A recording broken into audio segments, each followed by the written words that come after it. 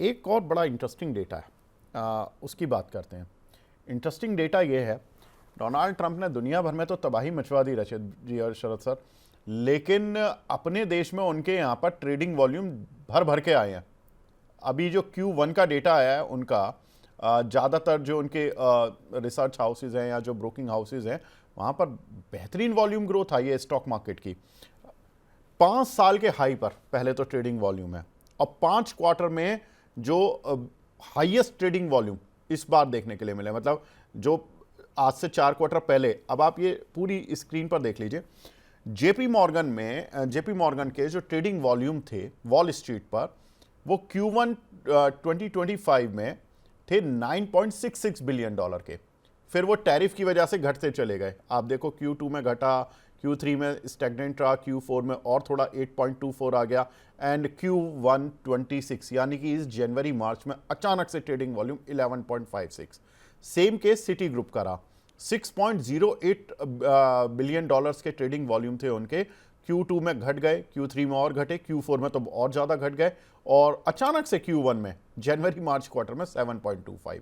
Same case आप Goldman सैक्स का देखिए, 8.63 बिलियन का ट्रेडिंग वॉल्यूम था उनका, फिर वो घटता चला गया, 7.41 तक आ गया अराउंड Q4 में, और Q1 यानी कि इस वाले जनवरी मार्च में 2026 के पहले क्वार्टर में 9.34 बिलियन डॉलर का ट्रेडिंग वॉल्यूम आ गया। तो ज़बरदस्त वॉल्यूम अमेरिकन मार्केट्स में तो लौट आए हैं।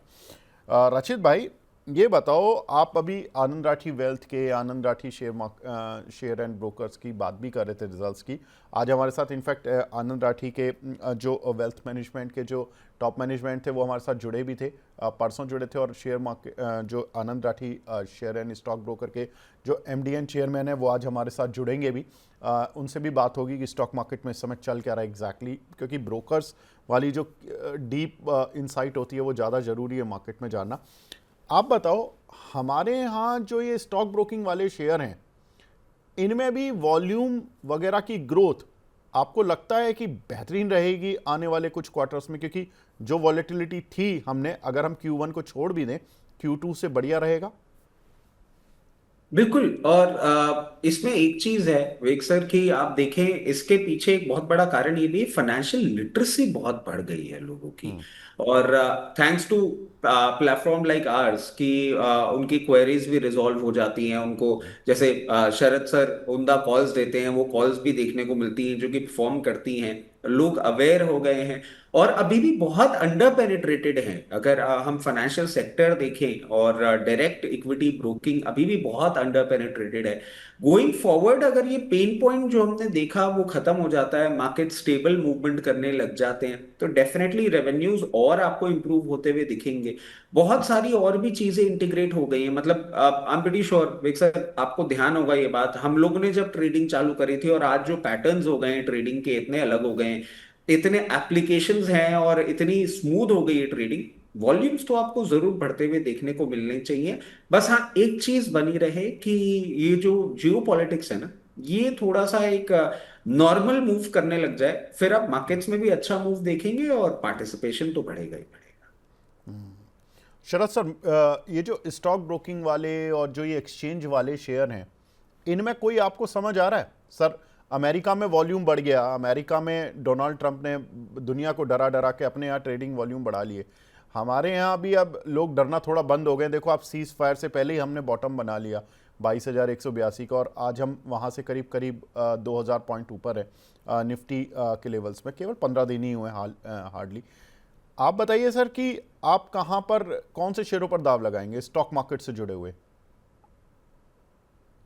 तो देखिए विवेक जी, 2-3 शेयर्स हैं जहां मुझे लगता है एक बहुत अच्छा रिलेटिव स्ट्रेंथ है। अगर आप एंजल वन को देखेंगे तो यहाँ पर भी एक डिसेंट स्ट्रेंथ है। काउंटर 219 के भाव से 295, मतलब 100 रुपए लगभग चल चुका है। पिछले 2 महीने में आप देखिए तो करीब 34% चला है काउंटर। तो मुझे लगता है कि स्ट्रेंथ है इस पर्टिकुलर काउंटर के अंदर। ये अपने ऑल टाइम हाई ट्रेजेक्ट्री में ही ट्रेड कर रहा है।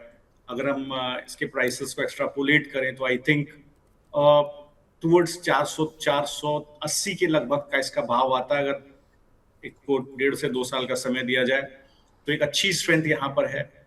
दूसरा, अगर आप मोतीलाल ओसवाल को भी देखेंगे तो इस पर्टिकुलर काउंटर में भी एक बहुत अच्छी स्ट्रेंथ है। डिस्पाइट ऑफ द फैक्ट कि मंथली चार्ज के ऊपर थोड़ा सा प्राइस एक्शन डिस्टॉर्ट हुआ, but even then strength continue करती है। लगता है बहुत अच्छा बेस, करीब 600 650 के पास एक अच्छा बेस है, 775 का स्टॉक प्राइस है अभी।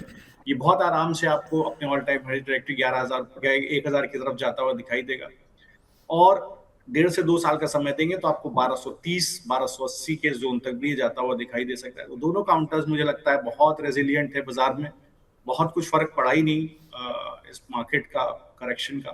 तो जहां पर इन्वेस्टर्स हैं बने रहे, नहीं है तो धीरे धीरे करके आप पोजीशंस बना सकते हैं। ठीक है, तो ये कुछ एक शेयर्स जहां पर कि आपको नज़र रखनी चाहिए।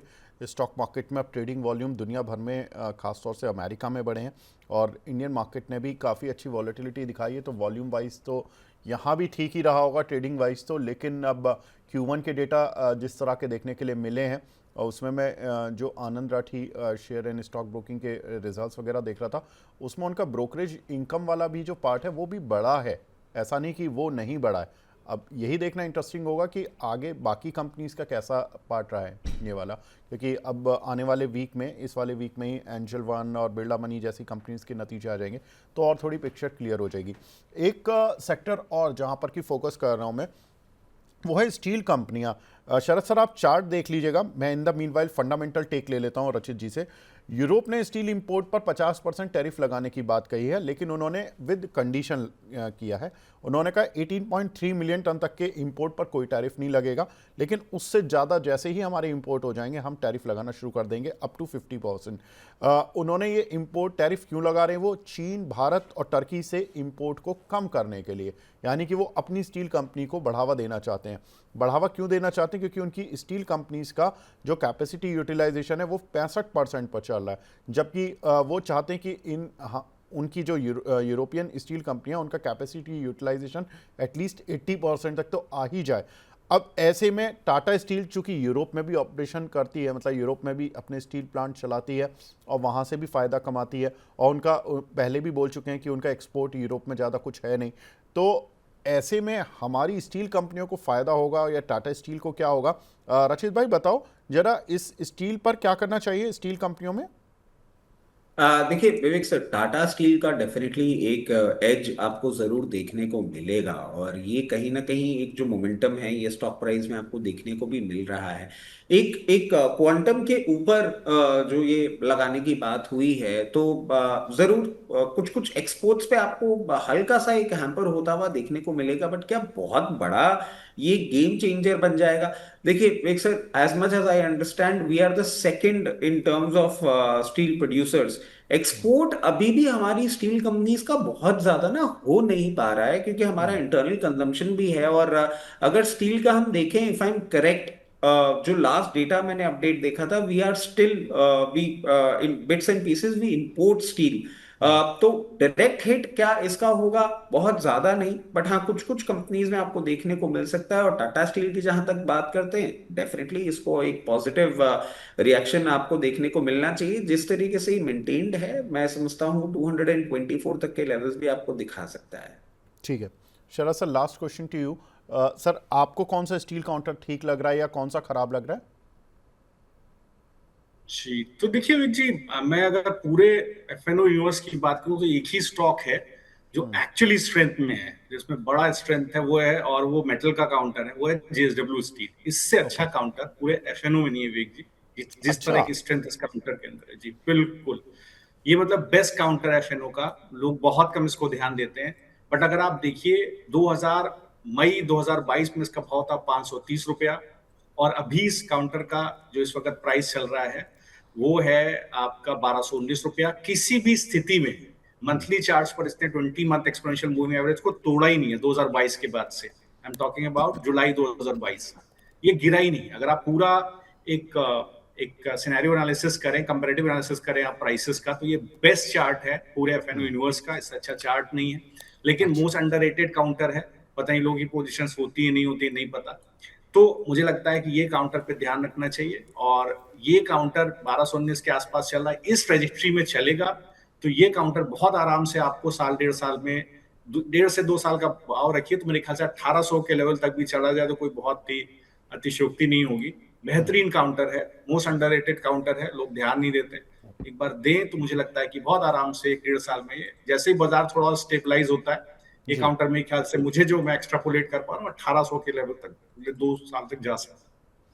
ठीक है, तो अगले 1.5 से 2 साल में 1800 तक जा सकता है JSW स्टील। यहाँ पर बाय रिकमेंडेशन शरद सर की, और यहाँ पर 1800 तक के टारगेट आपको देखने के लिए मिलेंगे। ठीक है शरद सर, अब आपसे 12 बजे मुलाकात करते हैं। थैंक यू सर, आप हमारे साथ जुड़े अभी तक के लिए, बहुत बहुत शुक्रिया Sharad sir. Thank you, thank you, thank you sir. आगे बढ़ते हैं। अब बस हमारे साथ हल्दर साहब भी जुड़ने वाले हैं 1-2 मिनट में, तो हल्दर साहब से बात करेंगे। इन द मीनवाइल कुछ एक कंपनीज़ के जो रिजल्ट्स आ रहे हैं उसमें रचित भाई, ये जो ICICI लाइफ इंश्योरेंस वाला जो शेयर था, इसमें एक अच्छा टर्न अराउंड देखने के लिए मिला। ICICI प्रूडेंशियल, माफ़ कीजिएगा, अब ICICI जनरल इंश्योरेंस के नतीजे आ रहे हैं आज, और भी कंपनीज के नतीजे आएंगे इनसे मिलते जुलते, लाइक SDFC लाइफ के नतीजे कल आएंगे, SDFC AMC जो कि म्यूचुअल फंड वाली है उसके नतीजे कल आएंगे। इन सभी में तेज मूव मिल गया है। अब आप ये बताओ, इंश्योरेंस वर्सेस AMC कहाँ जाएं? देखिए विवेक सर, मैं एक चीज इसमें ऐड करूंगा, बोथ आर इक्वली इंपॉर्टेंट। और मैं क्यों आपको ये बात बोलता हूं, for a very simple reason, दोनों जगह अंडर पेनिट्रेशन है। मतलब हमने एएमसी में तो तब भी एक डेवलपमेंट देखा है, इंश्योरेंस टिल डेट, और बहुत टाइम पहले भी जब हम ये बातें डिस्कस करते थे, मैं हमेशा एक चीज बोलता हूँ, इंश्योरेंस आज भी बहुत अंडर पेनिट्रेटेड है। इंश्योरेंस का बहुत बड़ा स्कोप है। अभी भी हम लोग इंश्योरेंस को as a share case investment के तौर पे ही ले लेते हैं, यूलिप प्लान और ये सब। सिक्योरिटी, फाइनेंशियल सिक्योरिटी और उसकी इंपॉर्टेंस अभी भी थोड़ी कम है, हम अगर समझें। और मैं समझता हूँ इंश्योरेंस में बहुत अच्छा फ्यूचर है। अगर इंश्योरेंस की हम बात करें, अभी आपने देखा भी होगा, LIC का भी एक अनाउंसमेंट आया था that they are finally going out with bonus and everything. Insurance में भी हमारा एक्सपोजर होना चाहिए, AMC स्टॉक्स में भी। और अगर हम बात करें कि दोनों ही के साथ मैं जाना चाह रहा हूं, थोड़ा सा हैवी एक्सपोजर मैं अपना लेके चलूंगा इन इंश्योरेंस। 60% इंश्योरेंस में डिप्लॉय करूंगा अगर फ्रेश पैसा डिप्लॉय कर रहा हूं, और 40% में डिप्लॉय करूंगा AMC स्टॉक्स। ठीक है, चलिए अब हमारे साथ हल्दर साहब भी जुड़ चुके हैं। हल्दर साहब, good morning. Hi, good morning Vivek ji, good morning Rachit sir, good morning money nines के सारे दर्शकों को। हल्दर साहब, कहाँ ले जा रहे हो मार्केट को? देखिए, अल्टीमेटली तो मार्केट एंड जिंदगी दोनों को ऊपर ही जाना है, और ऑब्वियसली ये जो टेंशन्स चल रहे हैं कहीं ना कहीं, ये तो आज नहीं तो कल नेगोशिएशंस भी कंप्लीट हो जाएंगे, मार्केट भी ऊपर ही जाना है। तो सर, व्यू ओवरऑल जैसे कि लास्ट वीक भी मैंने बताया था, कंसोलिडेशन रेंज के अंदर रह सकता है, लेकिन जिस तरीके का पैनिक सिचुएशंस था, कहीं ना कहीं वो पैनिक अभी नहीं है मार्केट में। मुझे लगता है कि ये नेगोशिएशंस जो अभी चल रहा है, ये भी आपको खत्म होते हुए दिखाई देंगे। तो जब तक 20 अभी बैंक निफ्टी ऑलमोस्ट 56 टू 34 के आसपास चल रहा है, एंड निफ्टी 24 192 24 200 के ऊपर अगर सस्टेन हो जाता है आज, नेक्स्ट आने वाला कुछ दिनों में ही आपको एक बार 24 650 700 तक भी दिखाई दे सकता है। 700 के आसपास फिर से ये थक जाएगा, फिर से सेलिंग प्रेशर आ सकता है, और 24,000 के नीचे फिर से एक बार 23 650 700 तक नीचे आ सकता है। तो ओवरऑल इस रेंज के अंदर ही रहने वाला है। सो हमें लगता है कि कहीं ना कहीं इंडेक्स थोड़ा बहुत अगर साइडवेज 2-4 दिन चला भी जाता है, स्टॉक स्पेसिफिक बहुत बढ़िया मूव आ रहा है, बहुत सारे स्टॉक्स में न्यू न्यू पैटर्न्स फॉर्मेशन हो रहा है, बहुत सारे स्टॉक अपने ऑल टाइम हाई के आसपास आ रहा है। तो अभी सबसे ज्यादा अपॉर्चुनिटीज मुझे लगता है कि स्टॉक स्पेसिफिक मिलेंगे, और उसके अकॉर्डिंग हमें व्यू बना के चलना है जी।